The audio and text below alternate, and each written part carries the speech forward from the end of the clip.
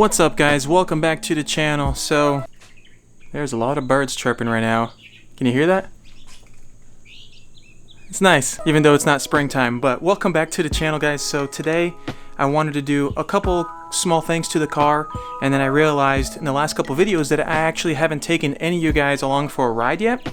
So that's going to be the plan today. I hope you guys enjoyed that quick little montage in the beginning right there. I watched the car yesterday for the first time in like a month, and the wheels were disgusting. They weren't even bronze, they were like black at that point. But I got the car washed yesterday, even though it rained last night. Wanted to show off the car a little bit. Yeah, I thought it looked pretty nice. So first things first, I want to show you guys something. By the way, I am rocking a new camera. I told you guys on the last video or two ago that I was getting a whole new system set up. So I got new lens, new camera, all that fun stuff. I switched from Canon to Sony. It's been a learning curve for sure, man. There's some growing pains. I don't even know if this is being recorded properly right now at all, if I'm in frame because I don't have a screen or anything like that. Anyways, aside from all of that, guys, this stupid thing right here, of course, has been a cause of a lot of problems on my car. Obviously, it's got a huge hole in it. So aside from the fact that I wasn't getting proper boost, so I wasn't hitting the right numbers and stuff like that, I was getting a check engine light. I was able to clear it, but that was, that was one of the things as well. Throttle response got better. But the big thing, right, all of that makes sense, right? There's a hole, so obviously that's all going to get cured once this gets replaced. I was blowing blue smoke, which is not a good sign. Blue smoke usually means oil, and once I fixed this, the blue smoke went away.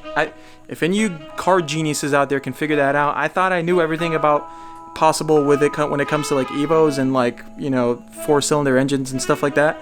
I don't know anything, apparently, because it went away, like gone forever. It's the weirdest thing in the world. So somebody explain that to me. But I got this replaced. I didn't put it on film. It's gonna be kind of boring, but what happened was, all right, so if you guys recall from a few videos ago, that's the piece right there that was ripped that I replaced recently. So boost is kicking in a lot quicker, which makes sense. Throttle response got better, all that fun stuff. But because I fixed that, this is the Grimspeed electronic boost controller right here. It was mounted to right there in that little spot, but unfortunately, because this part was ripped, this whole thing was actually shifted to the side. I need to change these hoses out so I can go all the way over there, because this is kind of ghetto, man. This is kind of just sitting here. It doesn't look good.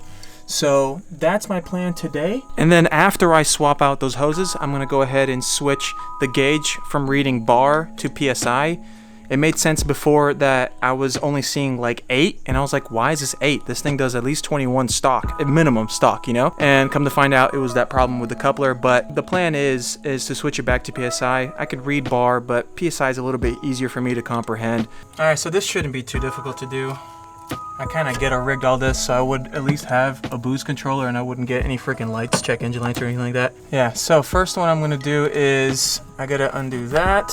This is pretty much the problem one right here. This one going from the upper intercooler pipe. I got 2 feet of this hose, so hopefully it's enough. But I know these hoses, they're not the same thickness, unfortunately, but they are the same diameter on the inside. So pop that sucker on there. Man, that's perfect, dude. Piece of cake.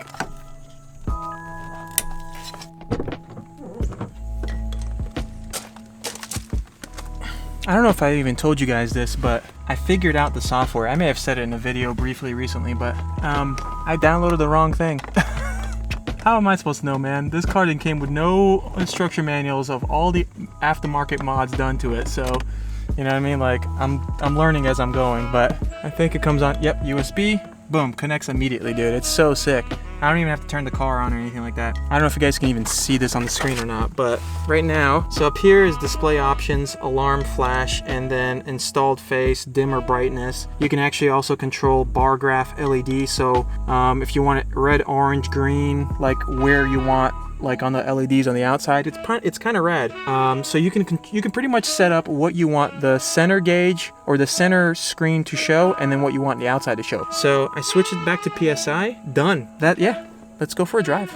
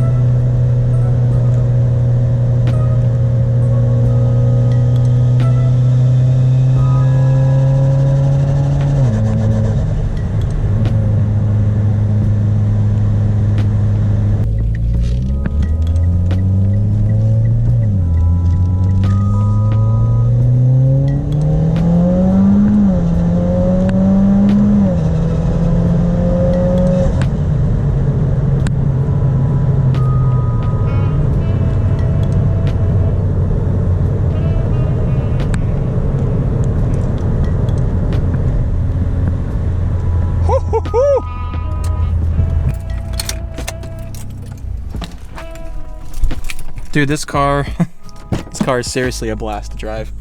I'm not gonna lie to you guys. I really, really like it. I think I might be ready for an autocross event on it. I mean, it doesn't really need anything else. This thing needs registration so I can run autocross again, but I think I'm ready for autocross. I think I'm gonna do that as whenever the next event is coming up. I really, really want to do it. I haven't done it in such a long time. I'm learning more and more about how to drive properly with that car to make sure that I don't blow the transmission or anything like that.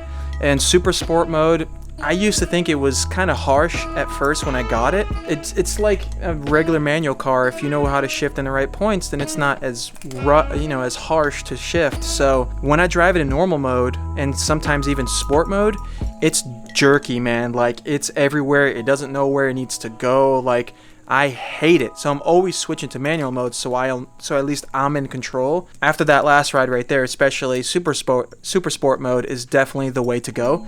So if you have an Evo 10 with an SST transmission, or even a Rally Art with the same transmission, drive it in super sport mode. Is super sport mode on the Rally Art? If it is, definitely drive it in that and shift it yourself, man. You're gonna get a much better experience out of the car. So that's it, guys. Today's video is pretty short. Thank you so much for watching. Let me know in the comments below if you think I should enter the next autocross event, because I'm ready to do it. That car is ready to do it. Nothing needs to be done on that car. Everything's ready to go on it. I don't know what class I'm going to enter in, but let me know in the comments below if you guys want to see that video, and I'm more than happy to. By the way, I have a video of me autocrossing this thing right here, so check that out too. It's going to link up here somewhere.